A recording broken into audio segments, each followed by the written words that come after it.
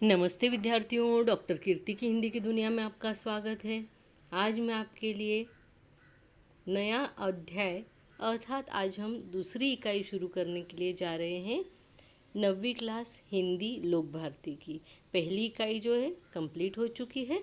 आज हम दूसरी इकाई का पहला लेसन अर्थात पहली कविता कह कवि राय यह शुरू करने जा रहे हैं, जिसे लिखा हुआ है गिरधर जी ने।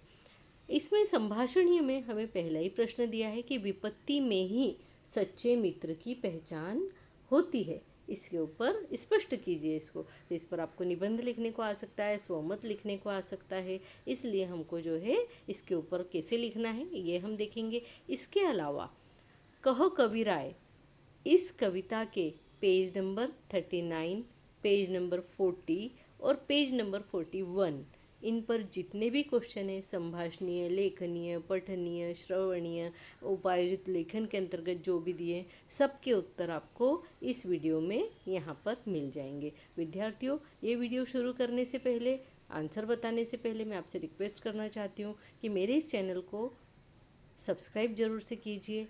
वीडियो देखने के बाद ऐसे ही आगे मत बढ़ जाइए, बल्कि लाइक ज़रूर दीजिए। आप पढ़कर आगे बढ़ जाते हैं, लाइक नहीं देते। लाइक ज़रूर से दीजिए। मेरे इस वीडियो को लाइक कीजिए, चैनल को सब्सक्राइब कीजिए और हो सके तो अपने फ्रेंड्स के साथ में मेरे वीडियोस को शेयर भी ज़रूर से कीजिए। मिल बांट कर पढ़ने से ज्ञान बढ़ता है, कभी भी कम नहीं होता।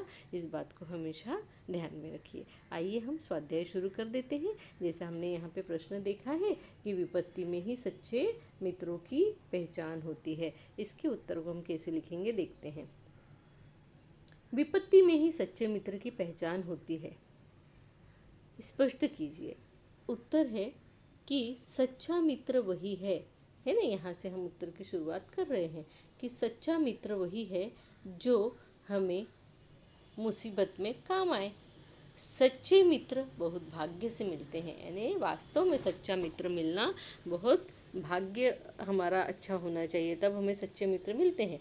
मित्र का परम कर्तव्य होता है कि वह अपने मित्र को गलत या अनैतिक कार्य करने से रोके। यानी जो आपका अच्छा चाहता है, भला चाहता है, वही आपका सच्चा मित्र हो सकता है। तो सच्चे मित्र की पहली पहचान तो ये है कि वो आपको क्या आप गलत कहाँ हो वगैरह, कोई गलत काम कर रहे हो तो वो करने से रोक के आपको बताए कि ये काम गलत है, उसे सही रास्ते पर जाने के लिए प्रेरित करे। और उसके अलावा ऐसा ही नहीं कि गलत काम मत करो, बल्कि अपने मित्र को जो है सही काम करने के लिए प्रेरणा देना, इंस्पायर करना, ये भी एक सच्चे मित्र का काम होता है।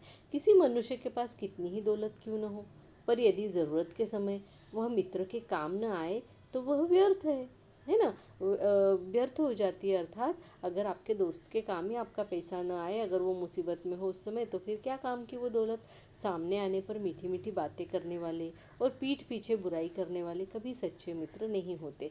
बहुत से लोग होते हैं ना, हमारे मुंह पर बहुत मीठा मीठा बोलते हैं, हमें लगता है बाप रे ये हमारा दोस्त है, हमारी सहेली कितनी अच्छी है, लेकिन पीठ पीछे वो आपकी बुराई करते हैं दूसरों के पास में, दूसरे दोस्तों के पास में या सहेलियों के पास में। तो ऐसे व्यक्ति को हम सच्चा मित्र नहीं बोल सकते। सच्चा मित्र हमारे पीठ पीछे कभी भी हमारा सही चाहने वाला होता है, यानी अच्छा चाहने वाला होता है, कभी भी बुरा नहीं चाहता हमारे पीठ पीछे भी हमारा।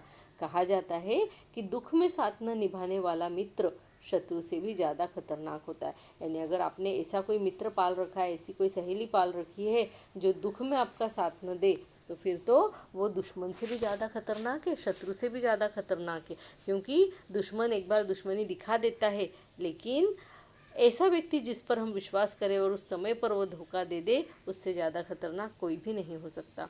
बुरे समय में हमारा सच्चे मन से साथ देने वाले, हमारा भला चाहने वाले, हमें मुसीबत से बाहर निकालने में मदद करने वाले, हमारी बुराई हमारे मुंह पर बताने वाले, झूठी तारीफ न करने वाले और मित्र को सदैव किसी भी परिस्थिति में मित्र का साथ निभाने वाले या साथ देने वाले ही सच्चे मित्र होते हैं। हमने इतनी सारी पहचान यहाँ पर सच्चे मित्रों की बताई हुई है। अब यहाँ पर जो है हम नेक्स्ट क्वेश्चन देखते हैं, जो आपके पेज नंबर 40 पर दिया हुआ है और उसमें दिया है खुशियाँ बांटने से बढ़ती है, इस विषय पर अपना मत दीजिए। तो हम लिखेंगे इसके ऊपर कि जिस प्रकार ज्ञान बांटने से बढ़ता है ना, उसी प्रकार खुशियाँ भी बांटने से बढ़ती है। ज्ञान जो है अगर हम अपने पास में रख लें कि हमको इतना आता है, हम क्यों किसी को बताएं, तो वो घटने लगेगा, समय के साथ आपके विस्मरण में चला जाएगा, आप उसको भूलते चले जाएंगे, आपका ज्ञान कम होता जाएगा। ज्ञान एक ऐसा भंडार है जिसमें तुम नया नया जब तक डालते रहो, जब तुम लोगों के बांटो, लोगों को सिखाओ, पढ़ाओ, उनको दो, तो उनसे हमको नया कुछ और प्राप्त होता है। वो हमें हमारी बुराइयाँ, हमारी अच्छाइयाँ जो है बताते हैं, और उसी से हम सुधारना कर सकते हैं और हमारे ज्ञान में वृद्धि कर सकते हैं। तो जैसे ज्ञान बांटने से बढ़ता है, ठीक उसी प्रकार खुशियाँ भी बांटने से बढ़ती है। अब जैसे मैं मेरा ज्ञान आपके साथ में बांटती हूँ, मेरे वीडियो बनाती हूँ, तो आप जब कमेंट बॉक्स में लिखते हैं कि मिस आपकी राइटिंग अच्छी नहीं है, कृपा करके आपकी राइटिंग सुधारिए वगैरह, तो मुझे पता पड़ता है कि मेरी गलती क्या है। मैं धीरे धीरे उसके ऊपर कार्य करने का प्रयत्न करती हूँ। हालांकि मेरे से समय ज़्यादा लगता है अच्छी राइटिंग में लिखने में, लेकिन फिर भी मैं प्रयत्न करती हूँ, और धीरे धीरे मैं प्रयत्न कर रही हूँ कि मुझे अच्छे से जो है कंप्यूटर पे मैं जो है पीडीएफ बना सकूं जो प्रिंटेड हो, है ना। इस तरीके से मैं कोशिश कर रही हूँ धीरे धीरे, देखिए अब क्या होता है। तो जिस प्रकार ज्ञान बांटने से बढ़ता है, ठीक उसी प्रकार खुशियाँ भी बांटने से बढ़ती है। तो इसीलिए हम हमारी किसी भी खुशी में सबको शामिल करते हैं, क्योंकि देखो खुशी, शादी ब्याह, तीज त्योहार, वास्तु शांति, हमारी कोई भी खुशी का अवसर हो, हम कोई खुशी मना रहे हो, तो उसमें हम हमारे परिजनों को, हमारे रिश्तेदारों को, हमारे मित्रों को, सहेलियों को जो है आमंत्रित करते हैं और उनको हमारी खुशियों का भाग बनाते हैं। किसी भी खुशी के मौके पर सभी लोग आसानी से शामिल हो जाते हैं, क्योंकि सभी खुश होकर अपने जीवन के तनाव को कम करना चाहते हैं। देखो आप शादी ब्याह में या किसी अच्छे मौके पर किसी को बुलाओ, तो वो ज़रूर से अपने घर, आपके घर आएंगे, क्योंकि वो भी खुशियों में शामिल होना चाहते हैं। दुख में कोई शामिल नहीं होना चाहता। अगर आप उन्हें अपना दुख बताएंगे तो बोलेंगे समय नहीं आने के लिए, है ना, या बहुत ज़्यादा बिजी है, या इस शहर में ही नहीं है, या फिर वो फ़ोन ही नहीं उठाएंगे, बात ही नहीं करेंगे, इस तरीके से। लेकिन खुशियों में ज़रूर से लोग शामिल होते हैं। आप अपने बच्चे का बर्थडे मनाइए, बाहर कहीं होटल में पार्टी रखिए, सब लोग आएंगे। तो इस तरीके से हम दिखते हैं। और अगर आप वही चीज़ बोलेंगे कि अरे बच्चे की तबीयत ख़राब है, हॉस्पिटल में एडमिट है, कुछ पैसे की ज़रूरत है, कोई नहीं आएगा। यानी दुख कोई नहीं बांटता, लेकिन खुशियों को सब बांटना चाहते हैं, सब उसमें शामिल होना चाहते हैं। मिलने जुलने एवं उत्सव अवसरों को, सभा समारंभ को जाने से खुशियाँ मिलती है, इस प्रकार से हम कह सकते हैं। अब आपको नेक्स्ट क्वेश्चन दिया है संत कबीर के और बिहारी के दोहे जो है वो लिखिए, जितने भी आपको याद है। तो मेरे को जो भी याद है मैंने उसमें से लिखे हुए हैं, और मैंने सोचा दो दो दोहे पूरे हो जाएंगे। तो पहला दोहा है कि ऐसी बानी बोलिए मन का आपा खोए, औरन को शीतल करे आपहु शीतल होए, ये हो गया पहला। ये दूसरा है, पाहन पूजे हरि मिले तो मैं पूजू पहाड़, ताते यह चाकी भली पीस खाए संसार।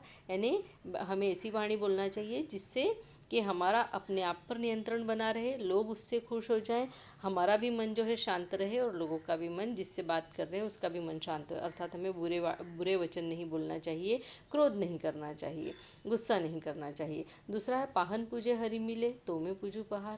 यानी यहाँ पे कहा जा रहा है, जो हमारे संत कबीर है वे कह रहे हैं कि अगर पत्थर को पूजने से भगवान की ईश्वर मिल जाते हो, तो फिर मैं पहाड़ ही पूज लूँगा, है ना। फिर उससे तो ये चाकी भली, यानी पत्थर से बनी हुई चक्की जिसमें कम से कम गेहूँ पीसते हैं तो उसको पूरा संसार खाता है, तो फिर यही मुझे अच्छा लगता है कि चक्की की भांति बना जाए, न कि उस पत्थर की भांति जिसको पूजने से कुछ प्राप्त न हो। बिहारी के दोहे मैंने लिए, कनक कनक ते सौगुनी मादकता अधिकाय, उही खाए बोराई जगु इही खाए बोराय। कहा जाता है कि बिहारी के जो दोहे होते हैं वे गागर में सागर होते हैं।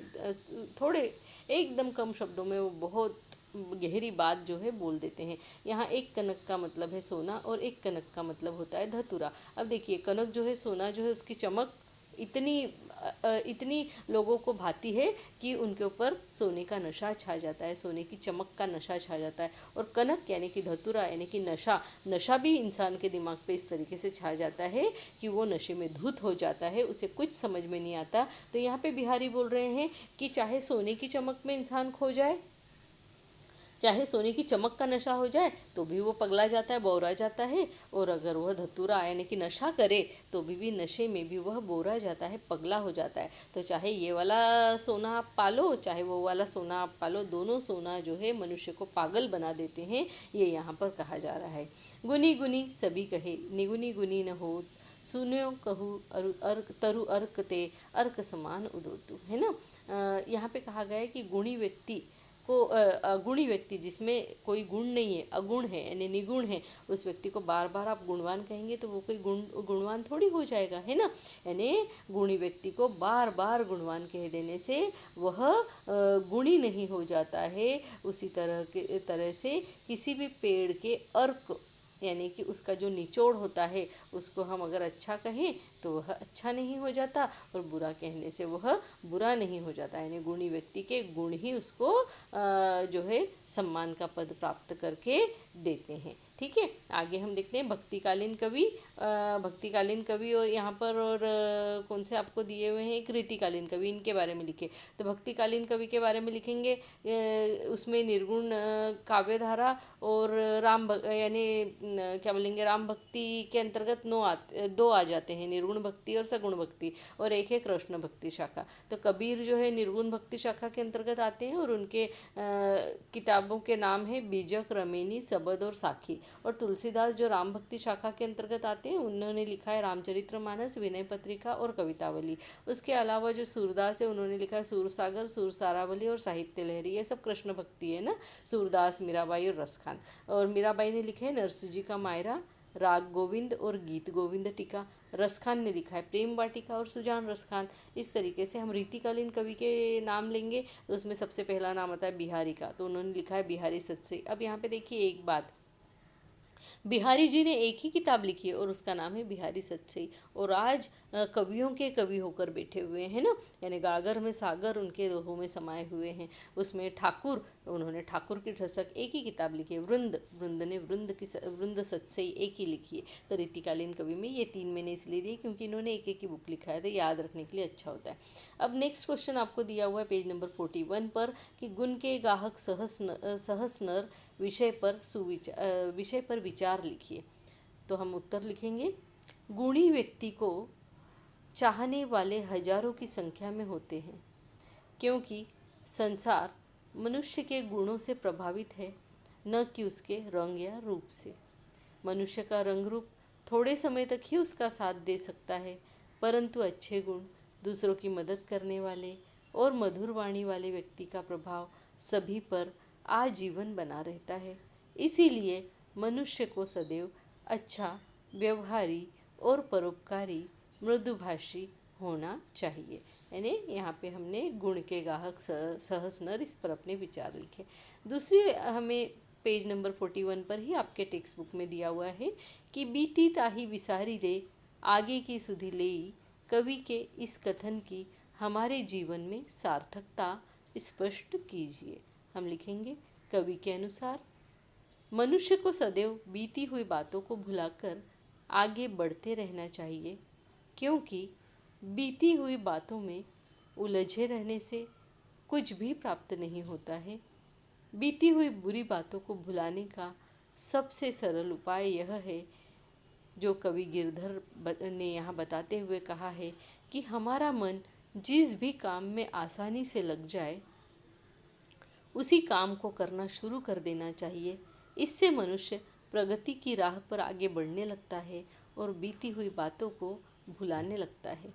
बीती हुई बातों को लेकर बैठने से आगे के सारे मार्ग बंद हो जाते हैं और मनुष्य की प्रगति और विकास और उन्नति नहीं होती है। आगे इसमें सारे जो भी आपके क्वेश्चन दिए हैं सब समाप्त हो गए हैं। विद्यार्थियों, आपको ये वीडियो कैसा लगा मुझे कमेंट बॉक्स में लिखकर ज़रूर से बताइएगा। आप विद्यार्थी हों चाहे आप टीचर हों, जो भी मेरा ये वीडियो देख रहे हैं वो ज़रूर से मेरे इस वीडियो को लाइक करें और मेरे इस चैनल को सब्सक्राइब करना न भूलें। मेरे इस वीडियो को अपने फ्रेंड्स के साथ में शेयर ज़रूर करें, क्योंकि मिल बांट कर पढ़ने से ज्ञान बढ़ता है, कभी भी कम नहीं होता। इस बात को हमेशा ध्यान में रखिए। इसी के साथ में धन्यवाद, नमस्ते। मिलती हूँ आपसे अगले वीडियो में, तब तक के लिए धन्यवाद।